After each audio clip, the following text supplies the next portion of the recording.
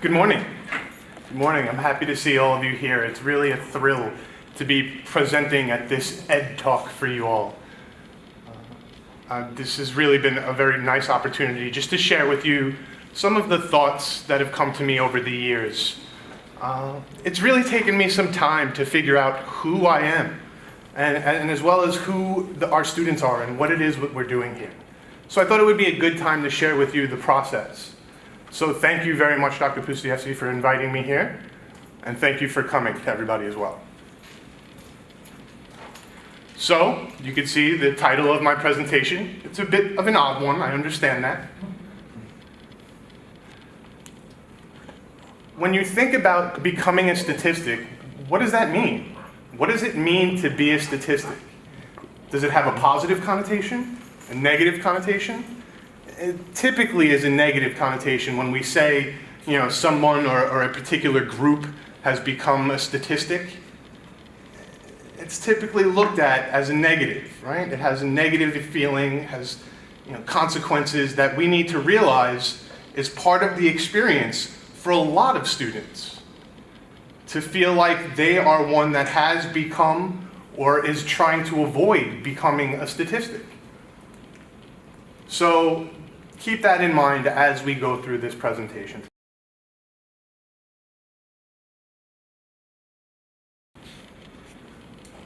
The first is, what does it mean between the personal and the professional in terms of being an academic? How is it that we do that? What does that even mean? I'm going to talk to you about building a foundation through research. Obviously, here being at the University of Texas, we are research people. So how do we do that? What does that mean? And then I'll talk about a bit of the shift to engagement. From that foundation of research, the next steps. Now what? 10 years later, are we still just doing research? That can't be the case. So we'll talk a little bit about the shift we have to engagement and how we'll be doing that. But before I do that, a clarification.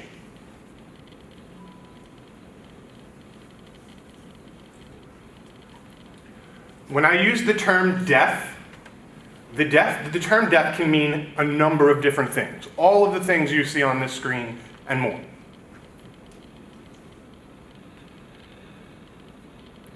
So when I say deaf, I use that term inclusively.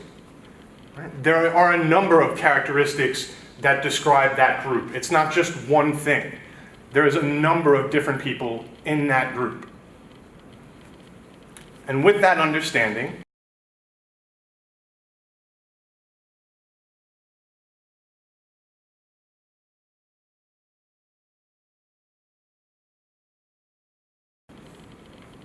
you have to understand that the deaf identity is fluid.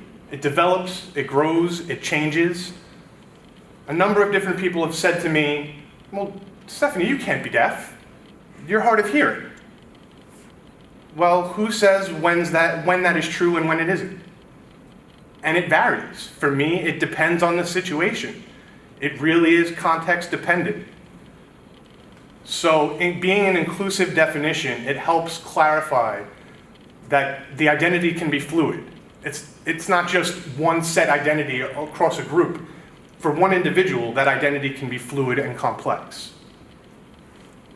So knowing that first, I can now tell you what we have in mind for the end game. Equality. That's the goal here. No more, no less. An equal opportunity. And what do we mean when we say opportunity? What does that look like? It's not just in school, and we understand that school is important, but it's not the only indicator of a successful life and what that means after school, right? And I know as a graduate student, you may not believe me when I say you are going to finish someday. After that, what does that look like for you? What does that look like in terms of a quality of life? There are a number of contributors to understanding quality of life and how important it is. So it's not just degree, it's not just being employed, it's what you then do with that contributes to quality of life. So equality is the goal.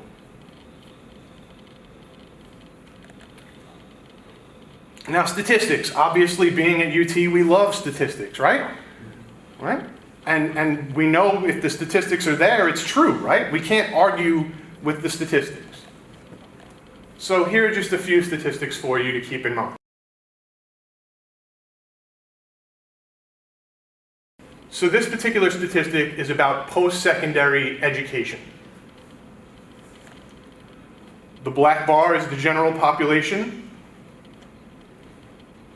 The gray is the general disabled population. And that beige, orangish color is deaf individuals. So you notice a few things right off the bat. At community colleges, the deaf individuals are near double the enrollment of the general population. When we look at technical programs, we see the same trend. But when you get to the four-year institutions,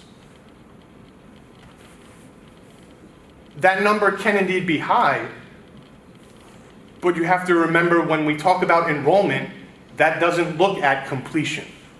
Those aren't the same. So the starting point is an interesting thing to see here. But understand that when people are talking about post-secondary education, it's not the same percentages for deaf individuals in terms of institutions they're attending.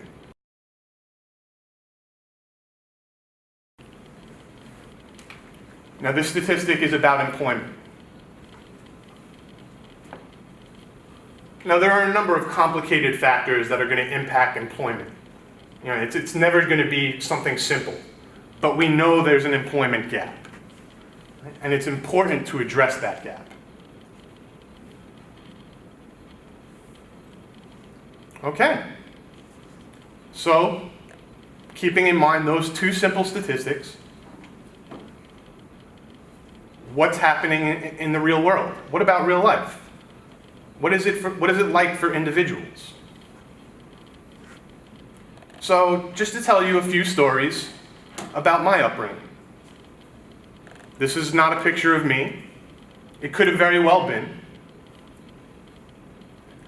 I grew up with hearing aids.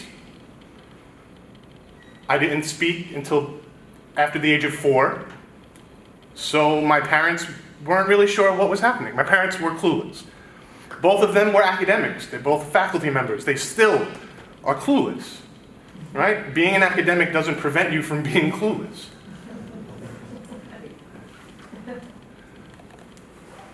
So academics often start with the question, where should we send her to school? Right? You know, where it is they got their degree from was important, right? That gives them a reputation, right? So an academic wants to know where you got your degree from. So when I represent my academic history, people are always unsure.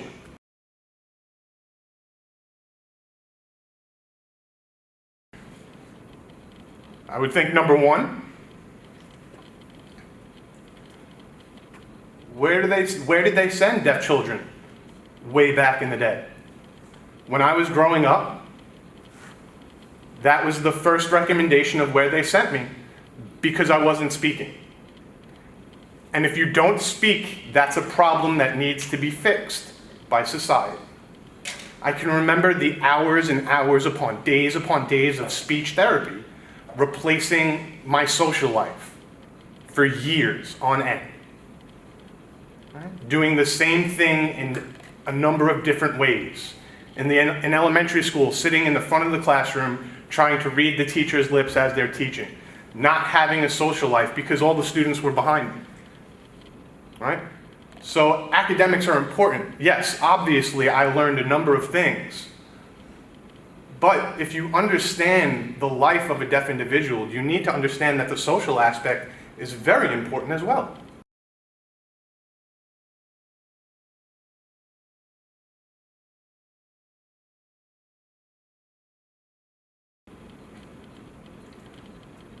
So we think about what it is we say when we talk to people.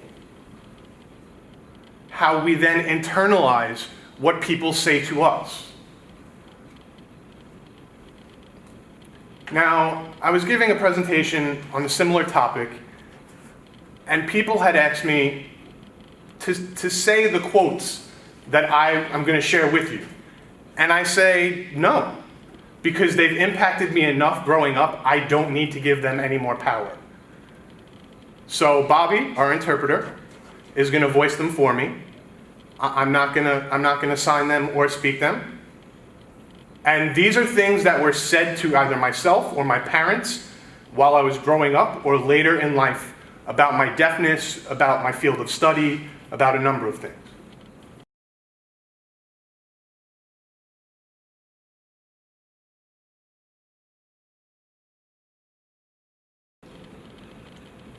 Why do you think I was talking to the other students in class, especially as an undergraduate?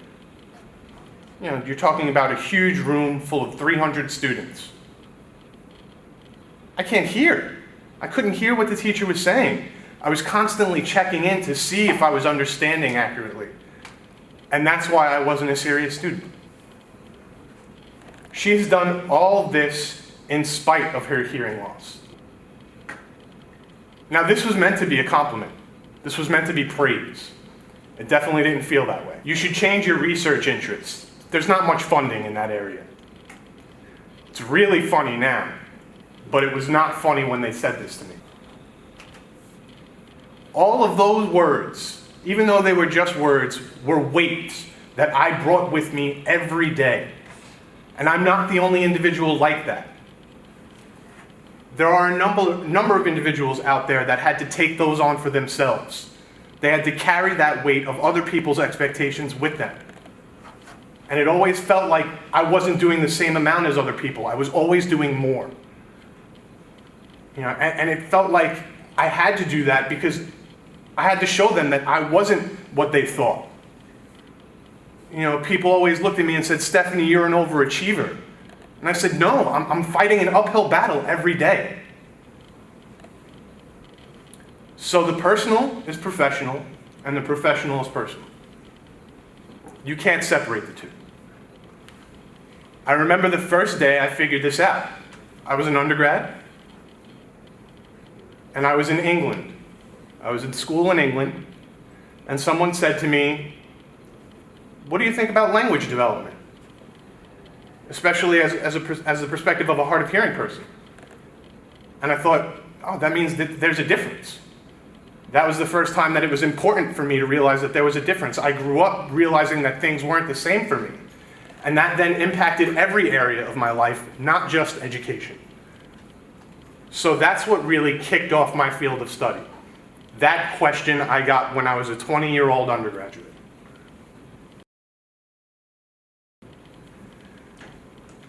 And I understand about building a foundation.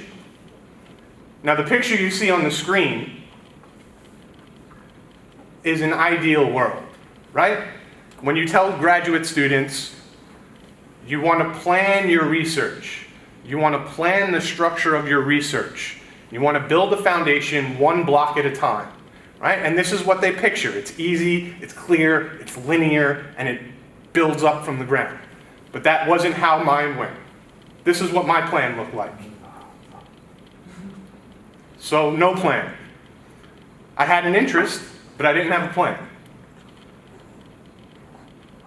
So when people see my CV, they say, "There's a variety of things here." I say, yes, but remember, I'm doing double, triple the work. I'm trying to prove to everyone that I can. So any opportunity that came, I took it.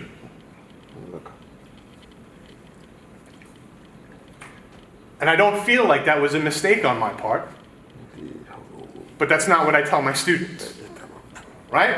We tell them, you gotta have a plan. So one thing at a time. School accountability was an area of interest, and thinking about school systems and what they do for students with disabilities and students that are deaf in general, and how they look at language development. The system of assessment, the tests themselves, you know, it's still a hot button issue in the field. And talk about equity and funding, to look at who's getting promotions and who's not through those. And then all things related to access and the learning environment. So if you think that testing is important, well, I hope that then leads to, or that stems from the education that the student got. And then I expanded to not just looking at students, but also looking at parent and teacher perspectives. So it really grew from that individual perspective, because I felt like I needed to emphasize it's not just the individual that was important to study, but you had to understand the system and the context that they were in to understand the impact on them. And then the last one is really a team effort, right? Predictors of post-secondary outcomes. And it's not always the same thing for deaf individuals. We assume that, but it's not. Some things have more of an impact and some things a lesser impact.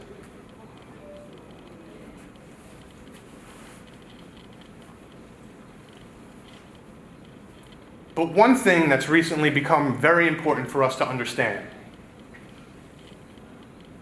is when we think about research, we typically look at the outcomes. We measure outcomes. We look at those as being the important part, right? What's happening with the students? What are they learning? Are they graduating? Are they getting a job after graduation? And those distract us from the causes, sometimes.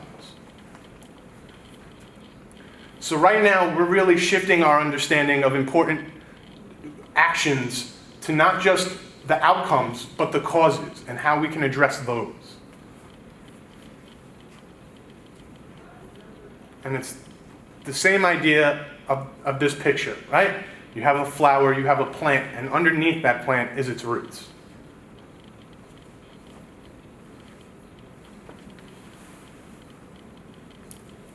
Now, from the science perspective, why do you do a root cause analysis? Right? There's rarely funding in it. And funding is decreasing every day. So you need to be wise about how you use it. And it seems like these are things that are common sense, but they're not. Right? You see a lot of emphasis in the outcomes, but not on the root causes. So our team really made an emphasis to do a systematic review of the literature with our understanding of what happens in the field for deaf individuals and identity development. Right? It's not just finding random readings.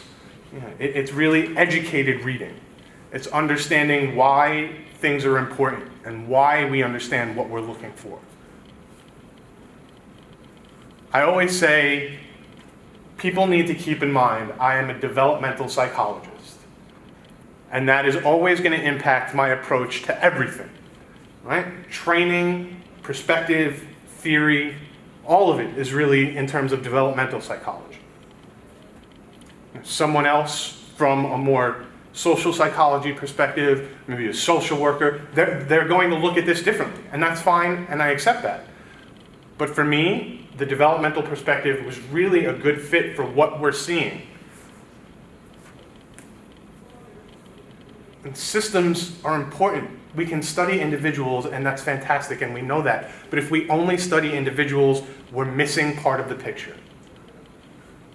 So we really have to have an understanding that the system needs to be part of the review. So we identified 4 possible root causes. We're not saying that these are the only 4 root causes, but these are 4 of the possible root causes that came from the review of literature.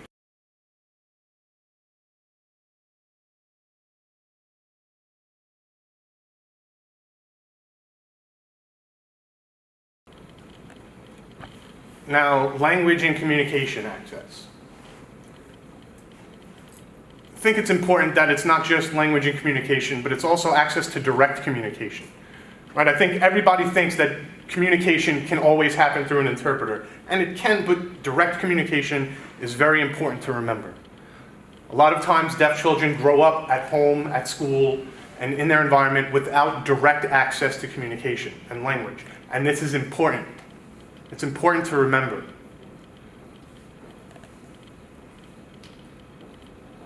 And as well, deaf individuals are spread out all over the country, right? It's not just that they're at schools for the deaf. They have an opportunity to be at whatever school they can be in their neighborhood. We are seeing all the time new universities and small colleges asking us, we have a deaf student for the first time. What are we doing? What do we do with this student? So this is a common experience out there for universities and colleges all over. So with that, the opportunities of access are really important to remember, right? A lot of these teachers are meeting and teaching a deaf individual for the first time. And oftentimes they're doing this without direct communication.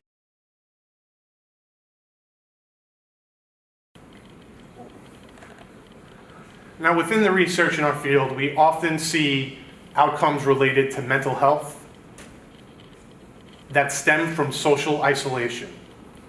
Social isolation impacts employment and education success. We know this.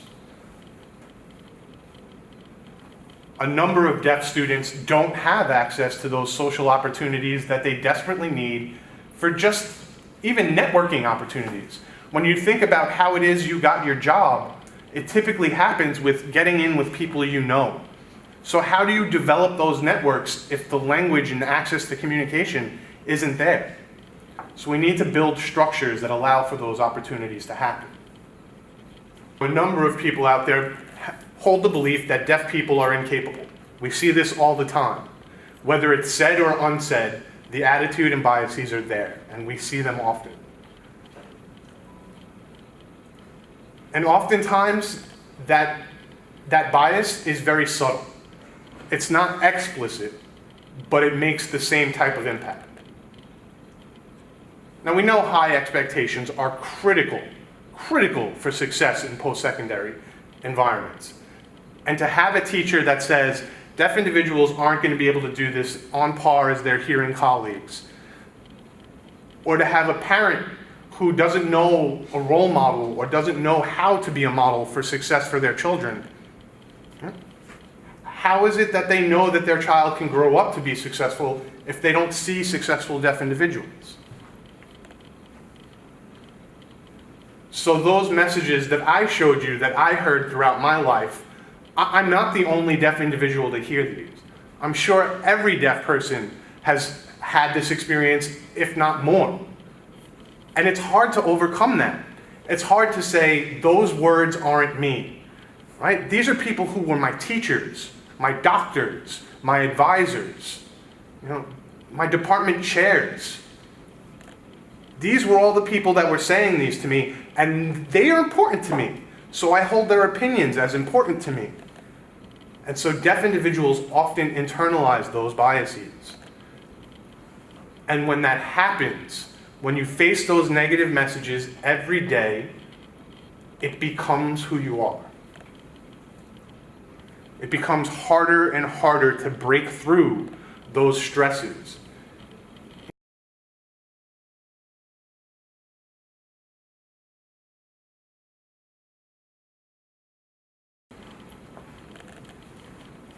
So there are a number of professionals involved in serving deaf individuals in education, whether they be audiologists or teachers or speech therapists, whether they be in general education or special education, whether they're interpreters or captioning providers. They all need to have skills in order to access to mean something for that deaf individual. And that's hard to do because being deaf doesn't mean one thing. It's varying. It's dependent on the context. It's dependent on the person. So the individual working with the student needs to understand that. Needs to understand that for implications for assessment, for testing, for a number of things. So training and exposure to this type of thing is not necessarily the responsibility of the professional, but understanding where the gaps are in the system can help address them.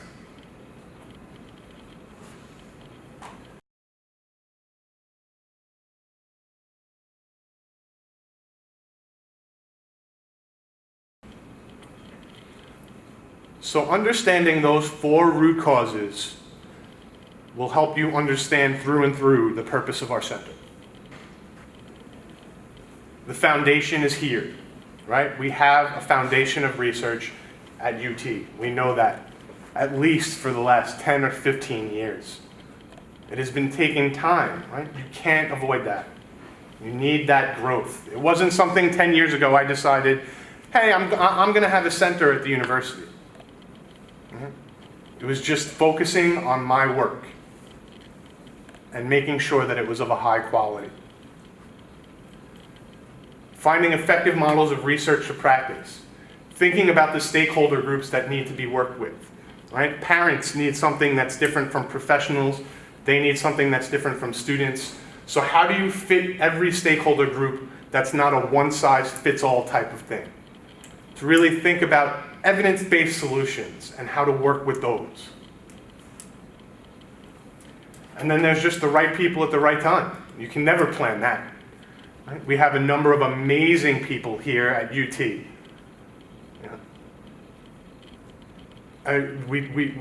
We got very, very lucky. So, step 3, it's time to engage. We've built the foundation of research, and that's not finished, but we have enough to start. So how do we start?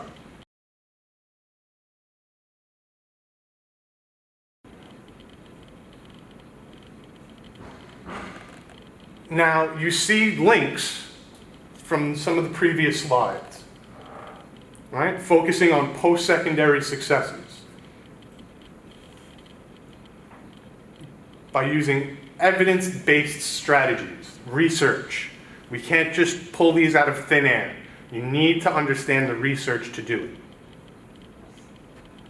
Really focusing our effort on addressing root causes, as well as systemic barriers. It's not an individual thing. It is the system. And that is obviously much, much harder than people realize. But without addressing that, every solution is just a Band-Aid.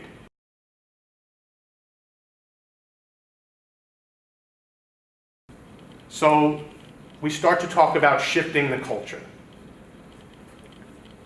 It's not just about behaviors and attitudes and activities. It's about shifting the culture. We have a culture here.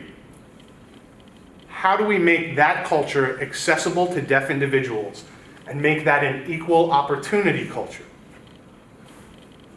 There's the virtual help desk. If somebody has a question, we have people who can answer. And they're available to address individual needs. The annual reports are extremely important for the field to understand that there's a foundation of what's happening. You know, where are deaf individuals going to school? What are their outcomes? So to build an annual report for the field's need, to make sure that they have something to focus on that is reliable, right? Knowing that it's not just one study, but a synthesis of a number of studies that they can build their model on. Social media, Facebook, Twitter, Instagram, it is crucial to engage with the people that are on those platforms. As researchers, we tend to be isolated, we tend to work alone in our office on the laptop, but we need to get our information out there. So we change the language, we change the length, right? We don't send out academic documents that are 50 pages long, right? Who wants to read that? So we translate those as well. As we translate the format, the language, we have videos that we've translated our research into ASL, so that way it's accessible for deaf individuals as well. It's not only important for hearing professionals to understand, but it's also important for deaf individuals to understand as well. Online professional development. We know the key is professionals. Without those professionals, we cannot hope to shift the culture. So we help them continue their learning and their professional development through online platforms. And right now, this part may be my favorite part. Engage for change, local, state, and national. Each of these 3 engage for changes is different, but the goal is the same, to start a dialogue. It's about starting a dialogue. It's about building identification It's identifications to problem and solutions. It's getting people together at each level. We understand that we can't hope to do this work alone. It's not possible.